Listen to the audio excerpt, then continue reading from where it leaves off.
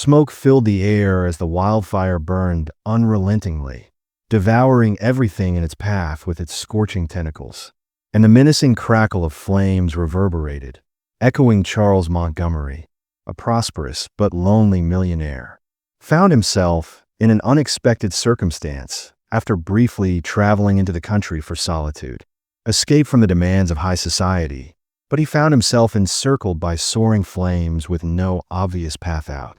Although Charles had always been renowned for his unwavering poise, panic now tore at his smooth.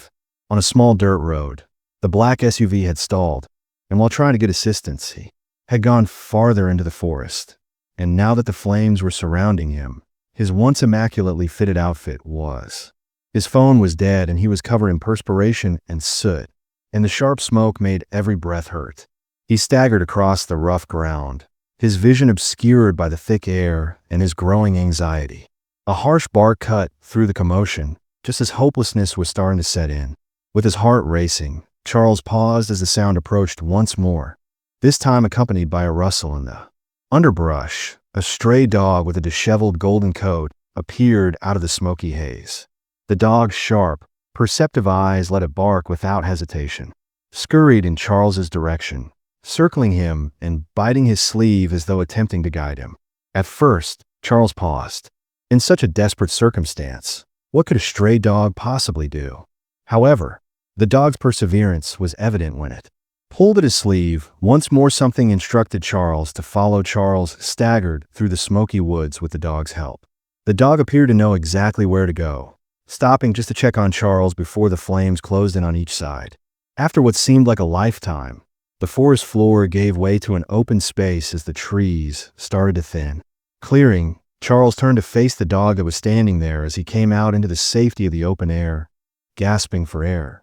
This unassuming stray had done what no one else could to preserve his life, Charles, and was breathing heavily next to him while remaining vigilant. The dog sat next to him as he fell onto the cold grass of the clearing, his lungs burning with every frantic breath. Its golden coat was streaked with filth, yet its bright eyes were full of an almost human intellect that Charles was unable to comprehend.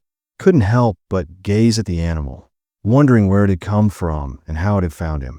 Charles, a decent lad, mumbled something in the middle of the inferno, and he tentatively held out his. He touched the dog's head with a shaky palm, and the dog waved its tail in comfort among the confusion. Charles sensed a glimmer of hope for the first time in hours as his breathing calmed, and he started to take in his. A thin creek surrounded the clearing, which was a tiny area of safety that had probably kept the flames at bay. However, the fire raged, its burning embers shining at bay beyond the stream. Charles knew he couldn't stay here for long since the fire was rising up the dusk sky like some apocalyptic artwork. Could alter his course at any time if he required assistance, and the dog appeared to detect his thoughts by lifting its tail. It barked once and wiggled a little before moving away a few paces before stopping and, "You must be kidding me," Charles mumbled, pulling himself to his feet as he glanced back, seemingly inviting him to follow. His once polished dress, shoes were covered in muck, and his legs were unsteady. He was forced to rely on this peculiar guide to lead the way. The dog appeared to know precisely where it was weaving and moved quickly, but not so quickly that Charles could not keep up. Charles had a keen sense of direction and followed it into the thinning trees, his mind racing. He wasn't a man. His wealth had always been his safety net, and his method of coping with his habit of depending on other people or anything else, maintaining control, but here he was entrusting a stray with his life. Suddenly, the woodland opened up after what seemed like hours, but was probably just minutes. The air became clearer, and Charles could hear the distant hum of engines, and he felt a wave of comfort. He noticed a little fire truck in the weak light as they came out onto a dusty road. A number of firefighters stood close by, looking at the car parked at the edge of the woods with its lights glowing dimly. Charles said, "Hey, over here," and the firefighters turned as his voice cracked. Their radios crackled with urgent reports as they hurried toward him, their faces lighting up with astonishment. "Sir, we've been searching for someone to help," Charles as he stumbled on his feet, "and one of them inquired whether you were okay. How did you escape being stuck in a fire zone?" Charles gave a feeble signal to the dog, who was now sitting comfortably a few. "The dog that saved me led me out, its tail pounding against the ground feet away. "That's amazing. You're lucky this fire spread," the firefighter said, raising his eyebrows in surprise as he looked at the dog. The dog lingered as the firefighters assisted Charles in getting onto the truck, as most people wouldn't have been able to escape on foot. A strange pang of worry rose in Charles's chest as he watched him crane his neck to keep it in view at the road's edge. "So hold on," he continued, having trouble sitting up. "What about the dog that one of the firefighters turned? Is it yours?" Charles acknowledged experiencing an odd mixture of remorse and thankfulness. "It saved my life. We can't just stop there." The firefighter nodded and said, "Don't worry. We'll take care of it." Charles was satisfied.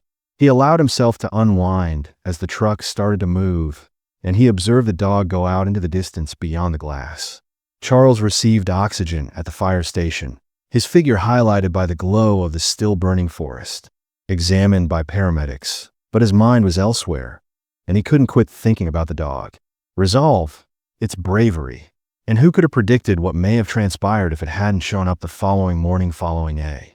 Charles made the decision to return to the fire station after a restless night in a nearby motel. When he was informed that the dog had been transported to the nearby animal shelter, he immediately made his. On the way there, the shelter was a small structure outside of town, with vibrant murals on its walls depicting. The receptionist greeted Charles with a pleasant grin and joyful animals inside. Charles nodded. "It must be the man from the fire," she remarked, adding, "We've heard about the dog that saved you." The receptionist answered, "We've named him Blaze, and he's sleeping in the back."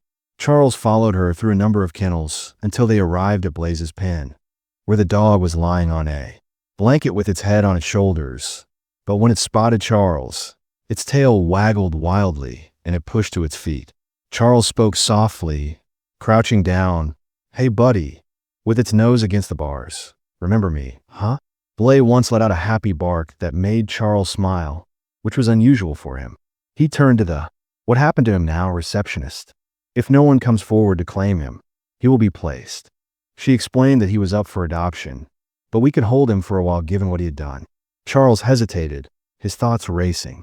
He had never kept a dog before, and his lifestyle might not have permitted it, but as he investigated, he couldn't help but notice the link in Blaze's eyes. "I'll pay for his expenses," Charles offered at last. "The shelter's receptionist stared in surprise when you said you would cover his." Charles was hesitant about adopting him because of the costs. He had never considered adoption, but his life as a successful CEO was carefully planned, leaving little space for spontaneity or, most importantly, a pet. Yet there was a draw that Charles felt as Blaze's gaze met his through the kennel bars. Couldn't deny that this dog had saved his life, and it felt difficult to leave. Charles acknowledged, clearing his throat. "So I'm not sure whether I should adopt him, but I want to make sure he's okay."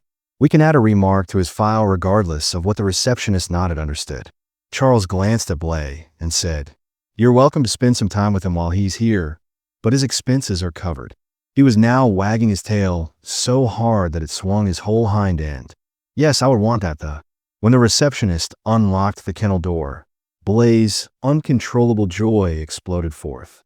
With his tail wagging wildly, he pressed himself against Charles's legs as though to say. Charles squatted down and scratched Blaze behind his ears and the corners of his mouth, saying, "Thank you for coming back." Blaze, Charles said to the dog, "You're a good boy," with a rare, sincere smile, replied with a joyful bark, and briefly licked Charles's palm. Over the following several years, Charles's life's turmoil and tensions seemed to give way to a serenity he hadn't experienced in years. Days, Charles started using excuses to go to the shelter, and Blaze soon became the focal point of his. Normally leading a regimented and secluded existence, Blaze would always welcome Charles at the door with the same unrestrained zeal, and every visit appeared to erode the barriers Charles had erected around himself during these visits.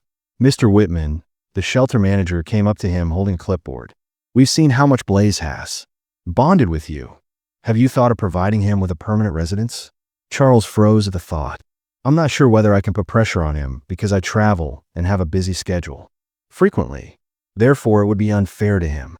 The manager grinned softly, and Blaze appeared to believe otherwise. "Charles, dogs manage to fit into our life even when we don't think they will. He sat in his sleek penthouse apartment, gazing out at the city lights, unable to get the talk out of his head.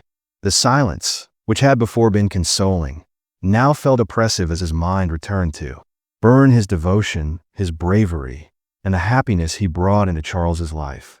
With fame and fortune, but in ways he had never acknowledged to himself, it was hollow. A week later, Charles made his. He entered the shelter with a resolve that even shocked him, and the staff welcomed him with warmth after detecting the change in his attitude. "I'd like to adopt Blaze Charles," Charles remarked, feeling. The receptionist smiled, which was both alien and correct. "Let's grab the..." Paperwork began while Charles completed the documents, and Blaze sat by his tail. As they pounded on the ground, their bond was evident, and for the first time in a long time, Charles believed he was making a choice that had more to do with something genuine than with money or prestige. Blaze was really energetic during the transition time, which was fascinating to say the least. The dog's joyful antics as they explore every inch of Charles's immaculate residence with unbridled curiosity. Charles's tolerance was tried when he chewed on pricey shoes and knocked over a glass sculpture. But they also brought a. One evening, Charles sat on the couch with flames coiled up, adding vitality to the room that had been severely lacking. He was thinking about how much his life had changed in such a short period of time next to him, something he hadn't really intended to do. Stop at the petrol station, but he would not have encountered Blaze. Charles ran a hand over Blaze's fur and muttered, "You saved my life," which made him shiver.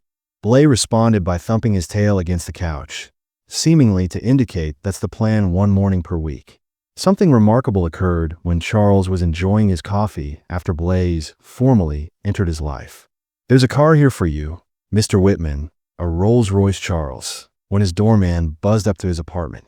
His automobile hadn't been ordered, so he scowled. A few minutes later, the elevator doors opened, revealing a well-dressed man with a leather suitcase in hand. "Looked exactly like someone on a crucial mission, Mr. Whitman."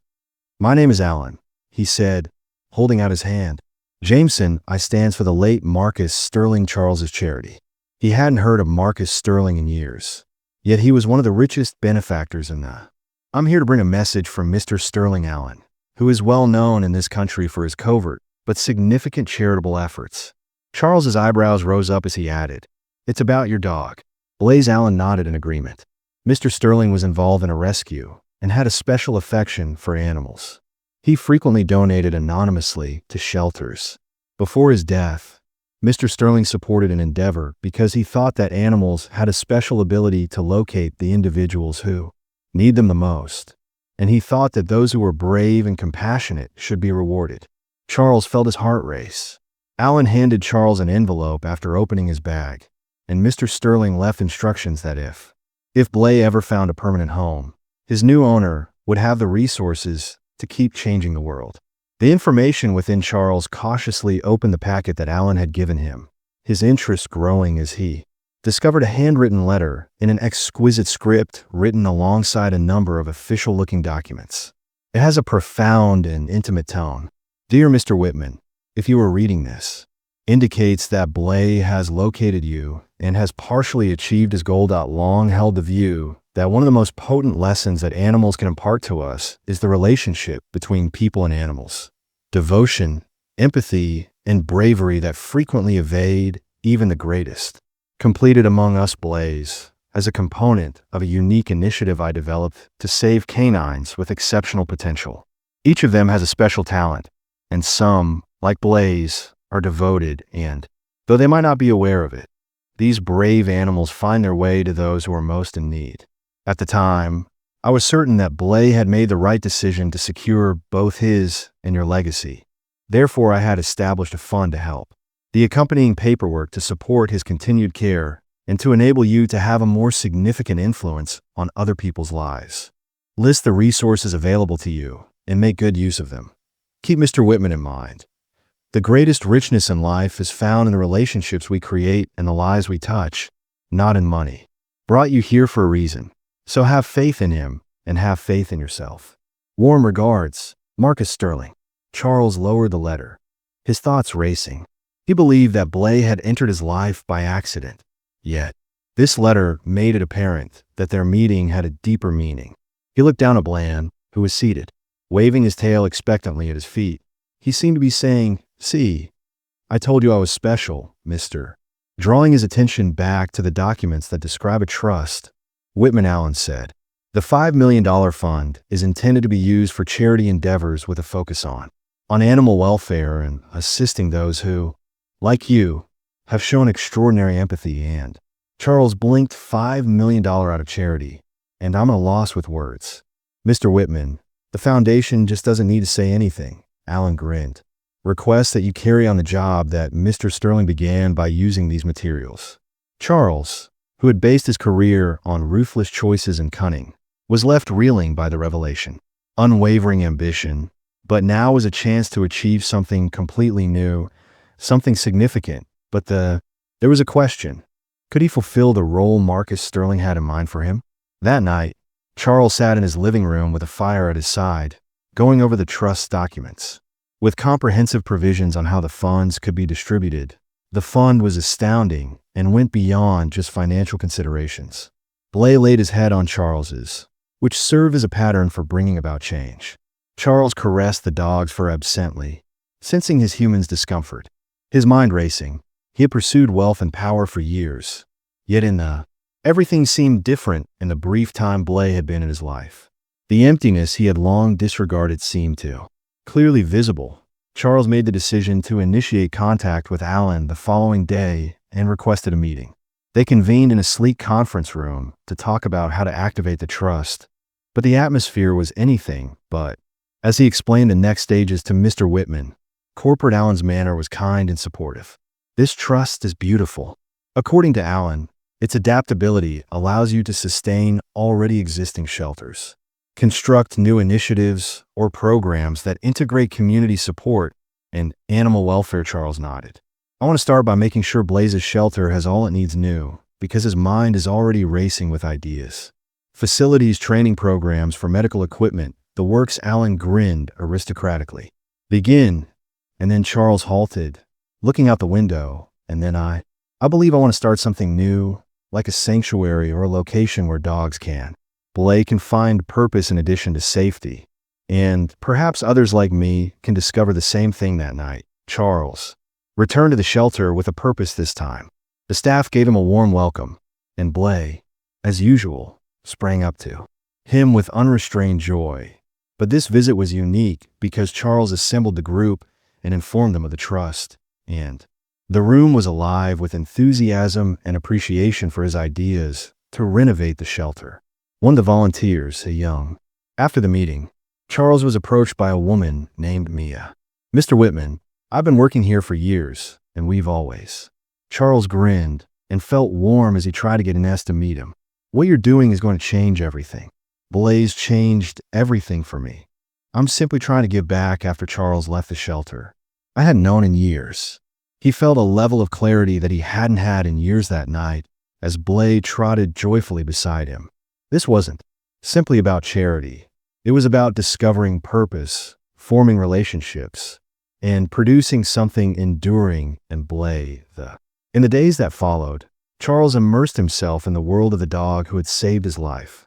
Intentions to renovate the refuge and create the haven he had imagined for the first time in years. He felt alive in a deeper, more meaningful way rather than in the hectic, hollow way that his economic achievements had previously made him feel.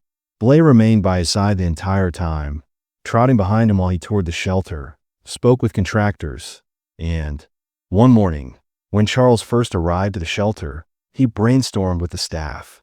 Mia and a few other volunteers welcomed them, and they were beaming with joy as they pointed to a tiny. Blay sprinted ahead of a group of recently rescued canines that were being examined by a veterinarian, his tail bouncing wildly as he sniffed at the visitors, calming their nerves with his amiable manner. According to Mia, these dogs were discovered stranded at a building site. Although they're afraid, they're safe now. Charles knelt down and allowed one of the more shy dogs to smell his hand. Stated quietly, "They've been through a lot, but they're resilient just like Blay." Roared as though he agreed. His eyes glimmering with vitality, Charles laughed and rubbed his ears, saying, "Looks like you've got." Later that afternoon, Charles assembled the shelter workers in the newly refurbished conference room with some new friends. The table was covered with room plans for the sanctuary that included large play spaces and training facilities, providing comfortable quarters for the canines. "I want this place to be more than just a shelter," Charles started. "A sanctuary for these creatures and a location where humans can gain knowledge from them. Dogs like Blaze have a lot to teach us." The crew nodded in agreement regarding loyalty, bravery, and finding delight in the little things. Mia raised her hand, demonstrating their obvious excitement. "What about the community? Engage them in some way, perhaps by providing workshops or rehabilitation programs that incorporate the dogs." Charles stopped to think about her. "Well, that's an excellent concept. Let's turn this area into a healing environment for both people and animals like the designs for the..." As sanctuary grew, Charles began to struggle with feelings he hadn't experienced in years.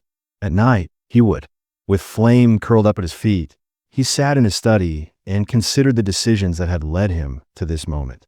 Regarding his late wife, Elena, who had always urged him to look for harmony and purpose in his life, acknowledged with a pang of remorse that he had disregarded her advice for too long. Seems to detect his melancholy at these times by pressing a paw on his knee or poking his hand with his snout. Charles would be appreciative of the dog's peaceful, calming presence. I don't think I ever believed the unique thing," Charles said one night while rubbing Blaze behind the ears. Blaze waggled his tail and snuggled into Charles's fingers. But meeting Ute seemed like it was meant to be. One day, as Alan and a group of people reviewed the sanctuary plans, his warm eyes expressed a comprehension that was beyond words. A reporter contacted architect Charles after learning about his involvement with the shelter and the Blaze story. People were curious to know more about saving his life in the jungle. "And I'm not comfortable being the..." After hanging up, center of attention, Charles told Alan, "This isn't about me. It's about the dogs." Alan nodded. "I get it. However, telling others about your experience could motivate them to donate to the shelter or adopt a..." Charles hesitantly consented to the interview when the day came for them to have their own dog. When he got there, he saw the reporter at the shelter, Blaze, with the camera by his side. Rolling, Charles opened up about what had happened to him up to this point, saying, "Blaze didn't just save my life. He altered it, reminding me of the importance of kindness, loyalty, and this sanctuary is about the relationships we form with one another." Blaze acts as though Q put his paw on Charles's knee, making the reporter chuckle. "He seems to know when you're talking about him," she stated with a smile.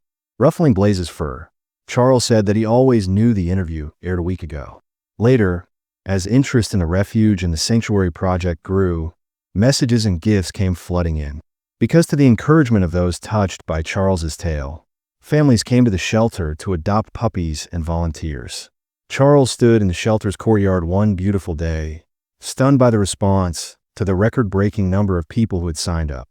As Blaze played with a group of kids who had gone with their parents to adopt a puppy in the afternoon, the contagious joy and laughter in the air gave Charles a profound sense of contentment. "It appears that you've began something amazing," Mia murmured as she approached him. "This place feels alive." Charles grinned while he watched as one of Blaze began it by saying, "I'm just following his lead," and the kids embraced him. Charles experienced a sense of calm that night when he and Blaze got home that he hadn't experienced in years. His life was taking on a new purpose as his sanctuary became a reality. He got ready for bed and sat down at the foot of the bed, his eyes half closed in satisfaction. "Good night. Thank you for all." Blaze's tail pounded against Blaze, Charles whispered quietly. The bed is method of saying you're welcome. As the sanctuary's ideas developed, Charles started to understand that there were difficulties associated with his newfound mission, but among the most urgent ones was the financial burden of. Despite his affluence, the project's scope was greater than anything he had ever tried before, making the fantasy a reality. For me, the sanctuary's goal was to establish a sustainable environment rather than only construct a building. One afternoon, as Alan Charles reviewed the budget, he furrowed his brow and said, "Dogs and people could thrive together." Even with the donations flooding in, he acknowledged that the numbers don't look good and that the expenses are.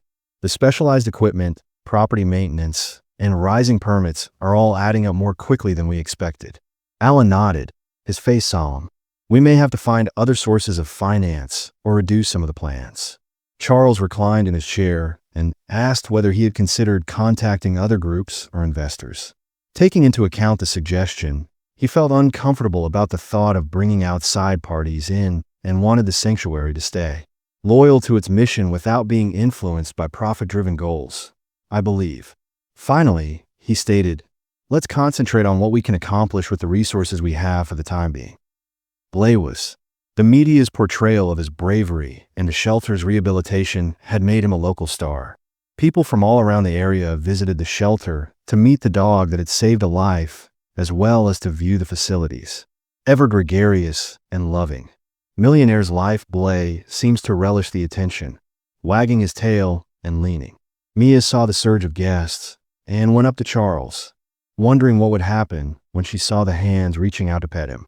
If the shelter hosted a family-friendly fundraising event where visitors could interact with the dogs and gain knowledge, Charles gently nodded in agreement, saying, "That's a wonderful idea. We may plan an adoption drive in conjunction with it to offer these canines an opportunity to find enthusiasm in their forever homes." Circulated around the employees as they started organizing the event, which they called the Blaze Benefit, and which would include events such as storytelling sessions about rescued animals, dog agility demonstrations, and an opportunity for. As the celebration drew near, Charles discovered that he was spending more time showing guests around the shelter's new facilities. Blaze was his constant companion at the shelter, making sure that every little detail was flawless. Despite the hectic preparations, Charles followed him from one end of the land to the other. Couldn't overlook the subtly growing tension among the employees. Not everyone felt at ease with the growing. "Do you think that by focusing on Blaze and the shelter, we're forgetting why we're doing this?" One of the volunteers asked Mia in a low voice without realizing Charles was around. "It's beginning to seem more like a publicity gimmick than a purpose to support the Mia side of the dogs. I understand what you're saying, but I believe Mr. Whitman's heart is in the right place, and he is giving this effort his all." Charles chose not to confront them, but kept their words close to his heart that evening as he sat on his veranda, blazing by his side, and considered the path. Was he unintentionally making it about himself instead of the dogs when he took sanctuary? "I'm not comfortable," Blaze replied, gently scratching behind the dog's ears. "Doing this for the correct reasons, but have I lost my way?" Blaze gazed up at him, his eyes steady and tranquil as though, to put another way, trust your gut. When the day of the Blaze Benefit arrived, the shelter was bustling with families. To support the cause, local companies, and even some well-known community members came together. Blaze. Charles observed from the sidelines as the show's main attraction led the parade of adoptable canines while holding his tail high. In his chest, Charles heard a mixture of nerves and pride as he mixed with the crowd. Snippets of talks that confirmed his mission. One woman remarked, "I've never seen a shelter like this before. Evident that the animals receive more than simply housing. And after witnessing how content another guest is, I believe I will adopt today." By the end of the day, these canines had persuaded me that the shelter had raised enough money to pay several months of. Charles experienced a wave of relief when 10 dogs had found new homes and, "Without all of you, this wouldn't have been possible," he remarked, standing with Mia and the other employees. Mia grinned as he said, "Thank you for believing in this vision." His voice was full of emotion. The true hero in this situation is Blaze, who growled as though in agreement, generating laughs from the audience. But as the thrill of the occasion subsided, new difficulties emerged, and Charles got a call from a city council alerting him to a group of citizens' worries regarding the sanctuary's influence on the. According to them, the building and increased activity in the area could disturb water sources and wildlife. Charles, who was angry but resolute, called a meeting with the council to discuss the issues. He spent with Blaze by his side. He spent hours going over environmental papers to make sure the refuge complied with all rules. Charles whispered that he was ready to defend the project because he knew the stakes were bigger than ever. He stroked Blaze's head with his breath, saying, "We're not giving up." The city council meeting was crucial for. Mia and a few others joined Charles as he entered the council chamber, discussing the sanctuary's future. There was a lot of tension in the room as volunteers waited in the car, but his absence didn't lessen the significance. Charles placed his briefcase on the table and looked around at the opposing group, weighing the project. Of locals, who appeared solemn and prepared to dispute every argument he made across the room.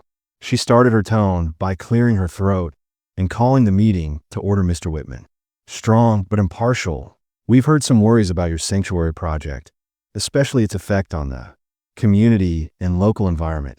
We'll hear both viewpoints today before reaching a. Charles bowed and stood up to speak, saying, "Thank you for giving me this opportunity to speak at the sanctuary today. It's more than simply a dog shelter. It's a haven of healing and hope for both the local population and the animals."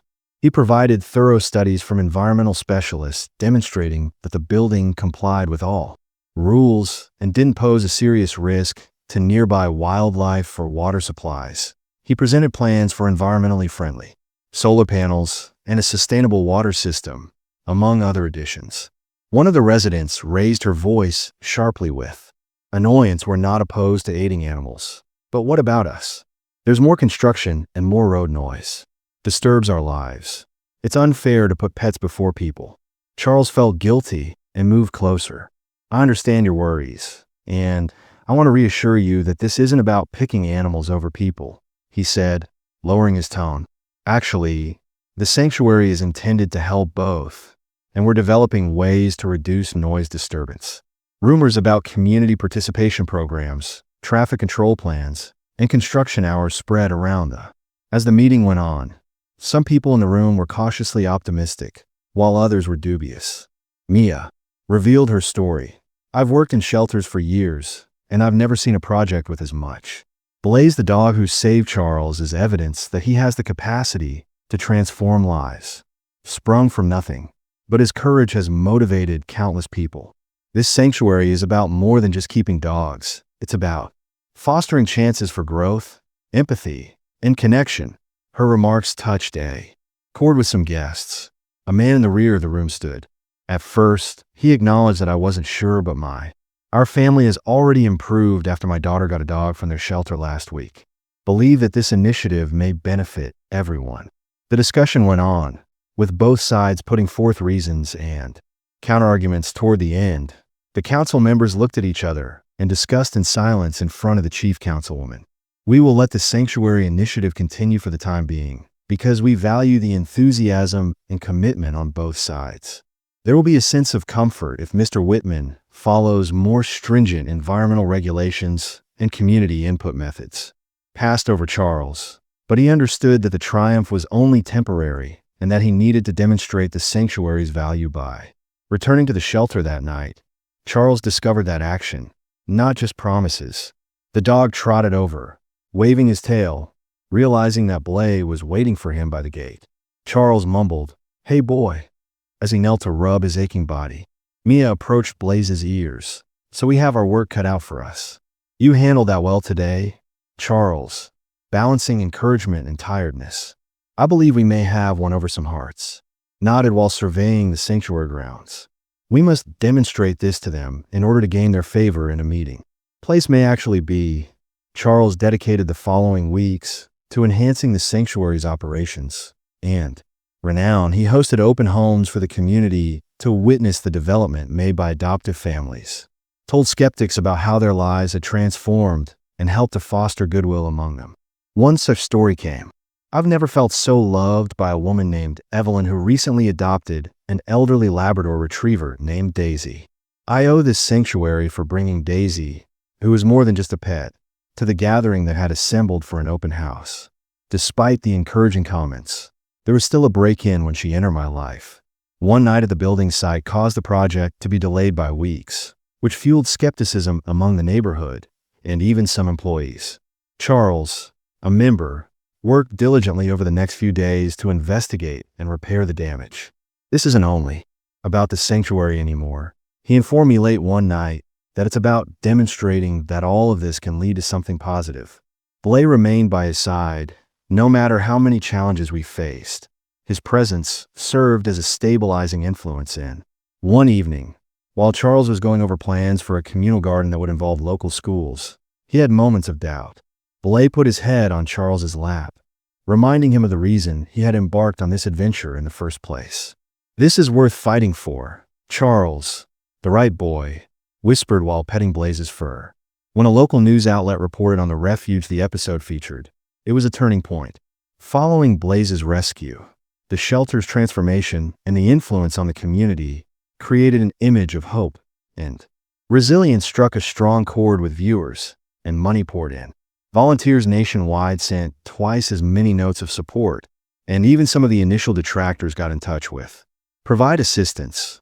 Charles saw that the sanctuary was not only surviving, but also blossoming into a movement in spite of the expanding. The path ahead for the sanctuary's support was not without its challenges, as donations and volunteers were overwhelmed by the local community's ongoing tensions, and a number of outspoken opponents had started organizing resistance. One morning when Charles came, they were spreading reports that the sanctuary was going too far and creating trouble.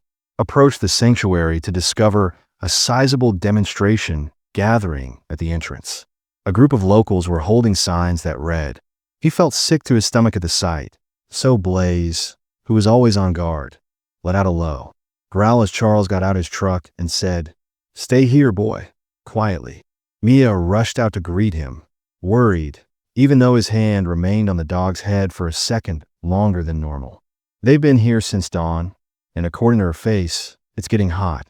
So, some volunteers are scared to enter." Charles squared his shoulder and let me take care of it. He walked up to the crowd and raised his hands in a peace sign. "Good morning," he said calmly but firmly. "I understand your worries, and I would like to confront them head-on and start a conversation." A middle-aged man approached, his face flushed with rage. "You've already disregarded us. We've lived here for decades, and suddenly vehicles drive by all the time. Barking dogs were. When strangers moving about as if they own the space." Charles resisted. "I could appreciate your aggravation. However, in an effort to minimize inconveniences, the sanctuary has shortened construction hours and added." The man's expression has been softened, and I'm open to hearing any more ideas you may have for soundproofing the kennel areas. Somewhat, but other people in the crowd yelled over him, "You're ruining it. It's not enough." A fresh voice broke the atmosphere in our neighborhood before Charles could reply. "Excuse me, but what's actually?" The lack of empathy destroying this neighborhood is demonstrated by Evelyn, the adoptive mother of Daisy, who came forth from the. She held a sign that said, "Support the sanctuary," and peered at every bit more resolute than Charles had ever witnessed her, adding, "These dogs aren't just animals. They're saving lives." Daisy gave me motivation to continue after my spouse passed away. This sanctuary gave her the opportunity, and a whisper spread among me as well. As Evelyn's comments took hold, a few of demonstrators in the throng appeared uneasy, their faces changing, yet a loud tire screech caught everyone's attention as the tension appeared to be easing, and a black automobile skidded to a stop close by, and a man wearing a suit emerged, his face harsh and unreadable. Approaching Charles with a piece of paper, he said, "I'm from the Zoning Commission," and revealed that there had been complaints that your sanctuary violates municipal land use regulations. If these allegations are proven, you may be compelled to. Charles felt his chest constrict, but he responded, "That's not true," holding his. "I'm here," the man said, raising an eyebrow that is still visible. His voice was solid, "and we have followed all the rules." To examine the property, the demonstrators watched the man march with a mixture of curiosity and triumph. Mia rushed to Charles's side as they headed toward the main building. "What do we do?" she murmured. "Cooperate," to which Charles answered. Even though his jaw was tightened, the inspector carefully examined every detail from the Belay followed kennels to the storage places, and the inspector was reassured by his presence. Notes on a clipboard, his face remaining expressionless until he eventually stopped in front of Luna, a sick puppy, was being treated in the hospital wing. Her little body shook beneath a blanket as the inspector scowled as a volunteer softly petted her fur, saying, "This region doesn't appear." Mia came forward with a tidy, well-organized binder, "And I'll require proof of your compliance." The man accepted the binder and looked through it, saying, "Everything you need is here, and our facilities meet all state and federal standards."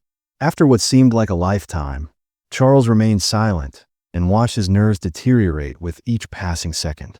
"I'll review this further," the inspector remarked, snapping the binder shut. "Tone neutral. You'll hear from us shortly." The room was tense when he departed. Charles clearly turned to Mia and the volunteers, saying, "We've worked too hard to let anything happen to us now, so we'll be ready for whatever comes next." As though in accord, Blay let out a single bark, and Charles knelt next to him. "You're not worried, are you, boy?" he asked. Blay waggled his tail in confidence while whispering and scratching behind the dog's ears.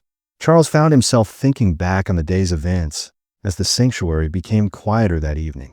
The potential of legal issues loomed big, and the opposition was more formidable than he had expected, but he was unable to disregard the assistance that grew all around them, including the adopter, volunteers, and even complete strangers who had begun to.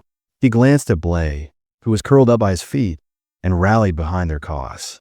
Felt a wave of resolve, saying out loud, "We're not giving up." He raised his head and had bright eyes as he fought for this Blay. Charles understood they were in this together with devotion and trust, regardless of the difficulties that would arise in the days that followed. Made the sanctuary the talk of town, but not in the way Charles had hoped. Brought a whirlwind of a city. Had intended that the zoning complaints news would spread, igniting debates on social media about both support and condemnation regarding the sanctuary's role in the neighborhood, and reporters started unexpectedly arriving in hopes of a story Mia worked on. She prepared comments while working nonstop behind the scenes to manage public relations and organize volunteers. Contacted businesses in the area that were supportive, and even contacted the media to refute the unfavorable story Charles M. One morning, she waved a tablet in front of him and said, "You must see this." He leaned over to see the screen. Evelyn shared a touching video of herself sitting in her living room with Daisy curled up at her feet, sharing her tale with. "I was at my lowest point when I adopted Daisy," Evelyn remarked in her voice. "More than a dog, this sanctuary offered me hope, and I'm not alone." The film concluded with a request for assistance, and it became viral in a matter of hours. People from all around the nation left comments, many of them expressing personal. Charles pressed the tablet firmly against his breast as he told her personal tales of how animals had improved their life. He whispered, "You must do that." Mia answered, "It's working.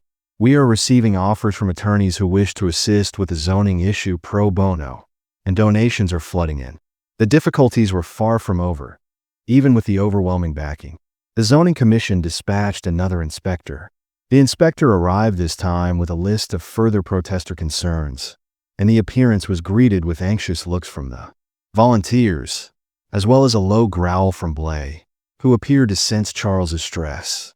Received the inspector with the same composed resolve as previously, although he was internally troubled by each complaint. They were examining details, such as the color of the sanctuary signs, the noise levels in the parking lots, and As the examination continued, Blay remained beside Charles, his presence a steady. Charles exhaled deeply when the inspector finally departed, but the fear persisted as a reminder of the reason they had been fighting. When the sun was lowering that evening, a startled visitor drew up to the sanctuary in a sleek black automobile, and a smartly attired woman emerged, introducing herself as Amanda, a representative of a well-known animal. "We've been following your tale, welfare group," she replied, grasping Charles's hand. "What are you doing here?" "Amazing. And we would like to assist Amanda in demonstrating how her organization has connections and resources that could strengthen the sanctuary's activities. They may offer funding for legal aid, public relations support, and even." Charles listened intently to potential expansions, his doubts tempering his optimism. "Why us?" he said. "There are enough others." Amanda grinned because, in addition to protecting animals, you're also motivating people, and real change is brought about by stories like yours. And during the following few weeks, the sanctuary was bustling with activity. Volunteers put in endless hours painting fences, planting flowers, and planning adoption parties for the neighborhood. Started to change when more visitors came to the sanctuary to interact with the animals and hear their tales. One of the biggest. There were some heartwarming moments at a tiny adoption fair when a family showed up with their little son, who was obviously anxious. Blaze's ever-insightful attitude to the animals was patient and kind. After a moment of hesitation, the youngster reached out and touched Blaze's fur, and Charles spoke quietly to the boys. When someone needs a little more patience, parents Blaze knows it. By the end of the day, the family had adopted Rosie, a beautiful dog, and the youngster departed grinning broadly. But, despite the advancements, there was still tension with the demonstrators late one evening. Mia called Charles and said, "You need to come down here," in an urgent tone. When he got there, he discovered that someone had destroyed the new sign that said, "This isn't your home, Charles," and spray-painted phrases on the sanctuary's entryway. His stance was stiff, and his gut ached as he inspected the damage. Mia put a strong hold on his arm and stated, "We'll fix it, but this has to stop." Charles called a neighborhood meeting the following day to hear concerns from both supporters and detractors. A heated dispute and moments of irritation throughout the uncomfortable meeting.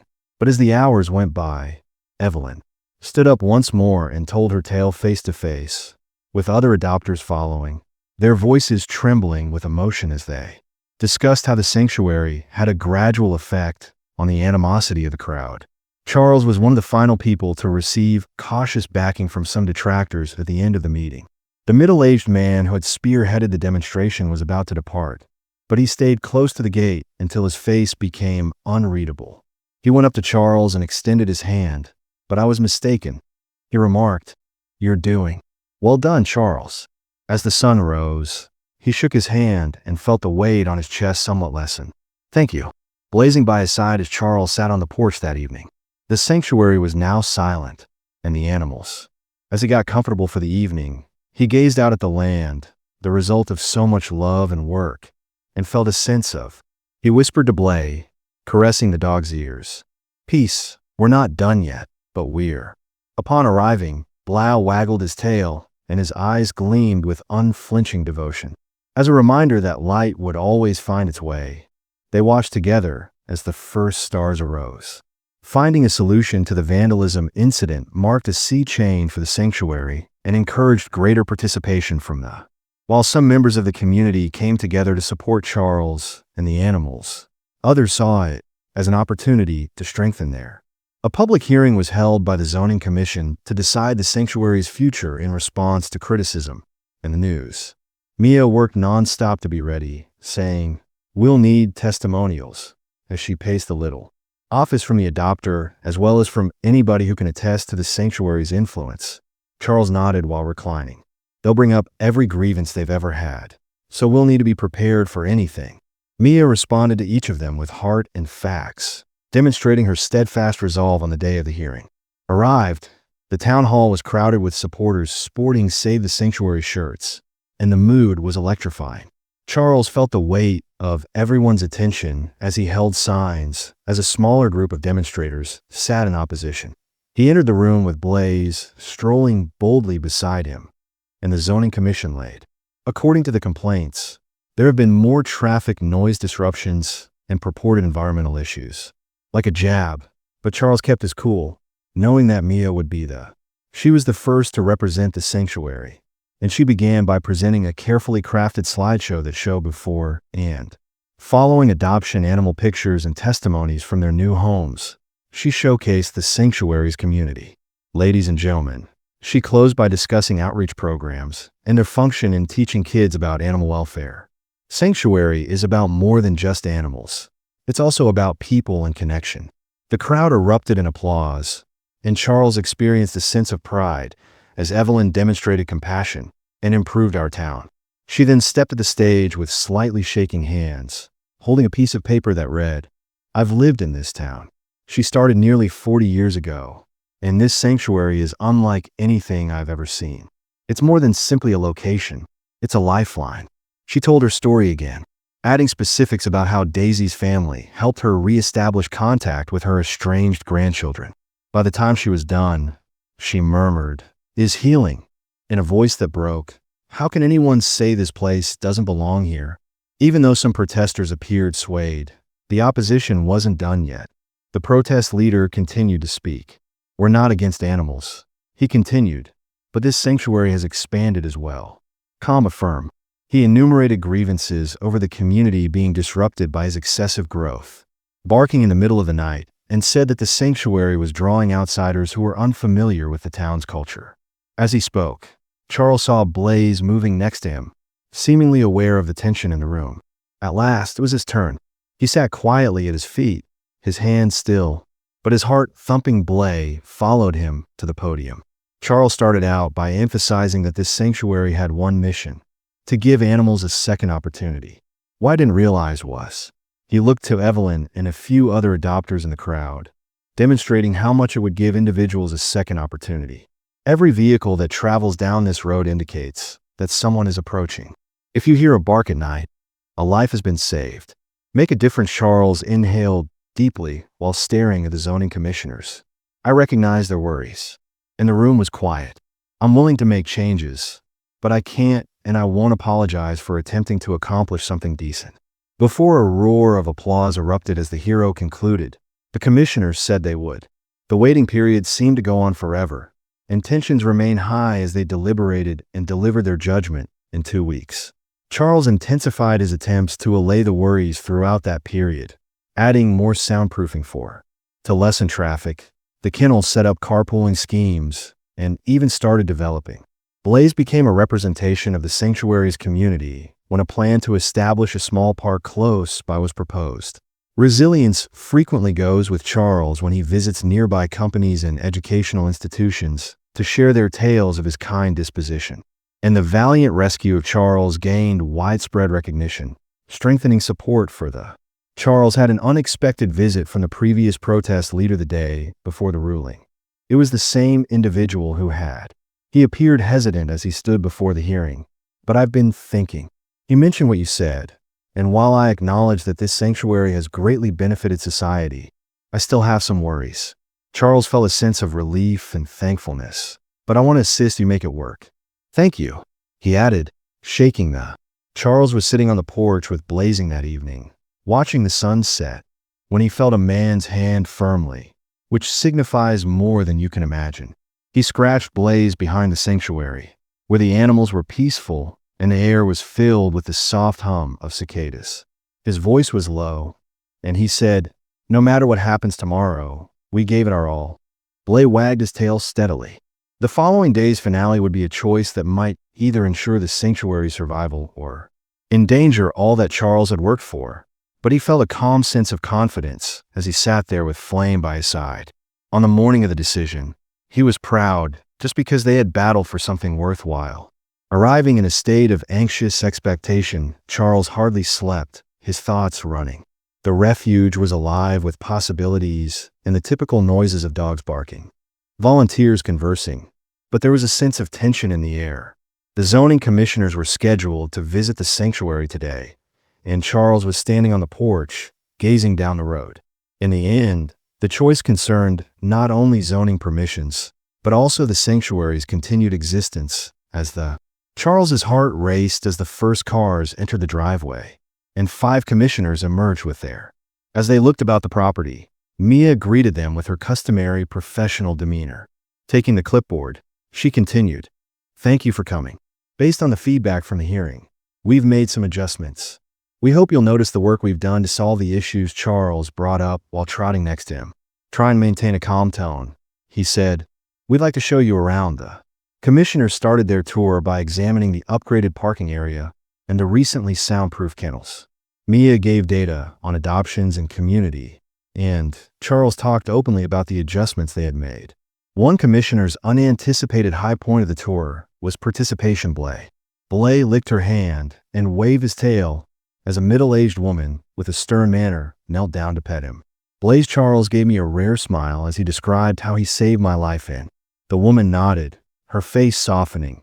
"He's the heart of this sanctuary, the forest fire that started all of this." Charles responded, "He seems like a great dog, and he's only one example of the lives." Following the tour, the commissioners convened in the meeting room where supporters had. Alongside hope in her eyes, Evelyn sat alongside Daisy in the front row. The chief commissioner was eagerly awaited by other adopters, volunteers, and even some former protesters. The room went quiet as he cleared his throat. "We've gone over the concerns. observe the hearing and the property he started, and it's evident that this sanctuary has undergone a substantial effect on the community and the animals. But we also need to take Charles's concerns into account. The commissioner went on, holding his breath while Blaze sat attentively at his side. Acknowledge the initiatives taken to solve these issues, such as traffic control and noise reduction. It is clear that, as the commissioner paused to look, Charles's pulse raced because he and his staff are dedicated to being good neighbors. He spoke steadily as he walked around the room, saying, "We've decided to approve the sanctuary's zoning permit. The sanctuary will continue to operate as long as routine assessments." Charles felt a weight drop as the crowd erupted in cheers to ensure adherence to local regulations. Blay barked, his tail wagging on his chest as relief and happiness swept over him. Evelyn gave Daisy a fierce hug, and Mia turned to see tears running down her cheeks. She grinned broadly and exclaimed, "We did it," in a voice that was hardly audible over the. Charles gave a heartfelt nod, and we truly did celebrate. Supporters surrounded him with hugs and congrats as the former protest leader went up to his face. He held out his hand and said, "I'm glad you won, Ernest. I was wrong to oppose you. Let me know how I can help Charles." Charles found himself alone with Blay as the crowd scattered. "Thank you. That means a lot," he said, shaking his hand firmly. Crouched down and put his arms around the dog, saying, "We did it, buddy." Charles was grounded by Blay's warm, steady presence as he licked his face. Supporters brought food to the sanctuary's celebration that evening. Blay was the event's star, shifting from group to group while the music played and the animals appeared to sense the festive mood. Groups soaking up the love Charles watched the spectacle from the sidelines, feeling a mixture of pride and gratitude. Mia came over with a glass of sparkling cider. "You ought to," she continued. "Make a toast." Charles paused, then nodded before stepping upon a tiny. After up his glass, the audience fell silent. "I would like to express my gratitude. Started believing in what we're doing here and not just supporting the sanctuary. This place isn't just protecting animals, but also saving one another, finding hope, and creating a community." He looked to Blay, who was sitting by his side paying close attention, and I was unable to have accomplished any of this without Blay, who has been my companion and lifesaver. So this victory is as much his as it is ours. The audience cheered and raised their glasses in tandem. Charles grinned broadly as the festivities came to an end and the stars came out. Charles sat on the porch with fire filling the night sky. The refuge was secure. But more than that, it was flourishing. The trip had been lengthy and difficult, but each step had been worth it, he said softly as he glanced at Blay. "We've gone a long way, haven't we?" In that silent moment beneath the wide sky, Blay rested his head on Charles's knee and waggled his tail. Saw that this was only the beginning. The sanctuary had evolved into more than simply a location. It was a symbol of love and tenacity. Considering the remarkable connection between people and animals, the days after the victory it sank to were full of optimism and activity. As word of their accomplishments spread, attracting additional volunteers, adopters, and sponsors, Charles discovered he is busier than ever. But this time he is busy in a good way. Adoption, each wagging tail, and each life spared served as a reminder of his motivation. Visitors to the shelter frequently requested to see the hero dog, which had become a local celebrity. Although Blay appeared to enjoy the spotlight, Charles saw Blay as more than just a hero, a representation of the sanctuary's tenacious, devoted, and heartfelt spirit. Charles watched from the gate on a bright afternoon as Blay played with some recently rescued puppies. With a clipboard in hand and a rare relaxed expression on her face, Mia followed him as the air was filled with barks and wagging tails. She replied in a tone that was typical of Charles. "It's hard to believe how far we've come." Nodded, his gaze never leaving Blay's. "It's undoubtedly been a journey, but," Mia smiled and said, "Looking at them, it's worth every second. You're not just rescuing." Charles turned to her, saying, "Animals, you know you've built something special here, a place where people can heal too." Expression warm. "You Blay every volunteer. It's not just me, it's all of us." Mia laughed a little and said, "To think of it all, we've all made this happen." began with a flaming forest char and a lone stray dog, laughing and his eyes melting. That night, Charles sat on the porch with a bonfire and watched the sun. Sometimes the little things make a big difference. Sink beneath the horizon. The sanctuary was peaceful. The animals had gone to sleep, and the pink and orange hues of the Charles stroked the soil as the sky was painted with a warm glow at dusk. We've been through a lot, haven't we, boy? But look at Blaze's fur and his gentle voice. Blaze laid his head on Charles's lap and gazed into his deep brown eyes, which were full of love and trust at what we had created together. As they concluded their day, volunteers shared stories while the faint sound of laughing drifted on the breeze. Sanctuary was no longer merely a location. It was now a house and a community, which was evidence of what could be accomplished when humans and animals coexisted. Charles grinned softly as he gazed down at Blaze. Blaze waved his tail in agreement, saying, "This isn't just our victory, buddy. It's the beginning of something even bigger." As he stretched and gazed out into the horizon, Charles experienced a calm fulfillment that he had not experienced in. For many years, the sanctuary was more than just a fantasy. It was a heritage and a reality. As Charles turned to the camera as night fell, grinning broadly and saying, "Thank you." He started the story of Blaze in this sanctuary, and your participation in our journey is evidence that even in our... He pointed to Blaze, who waved his hand, saying that even at the darkest moments, there is light, love, and the opportunity to create something lovely. If you were affected or inspired by this narrative, I'd like to welcome you to join us on this journey by subscribing to our channel to view more tales of resiliency and hope. And if you're up for another touching story, watch this video next. I promise you won't want to miss it. Charles laughed, even as Miss Blaze growled quietly, seemingly echoing the invitation. Blaze concurs, saying, "Thanks for coming, and we'll see you in the next story."